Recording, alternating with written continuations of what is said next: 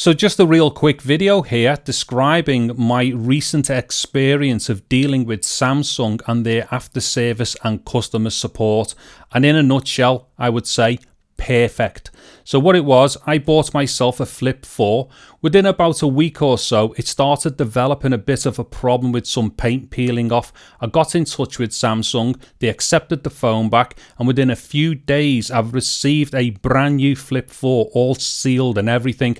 Now, the thing is, some people might sit there and think to themselves, well, you know, you've only had it for a few days, so surely Samsung should have accepted it back. And yes, you know, that is correct. However, the process was absolutely painless, and the person who I dealt with on the phone at Samsung was absolutely amazing, so helpful. It was actually quite a shock, to be honest, because I've actually dealt with other companies in the past and tried to return stuff within a few days if an item had been damaged in the post or had developed a fault after I'd received it, and I had to jump through too many hoops in order to try and get these things sorted.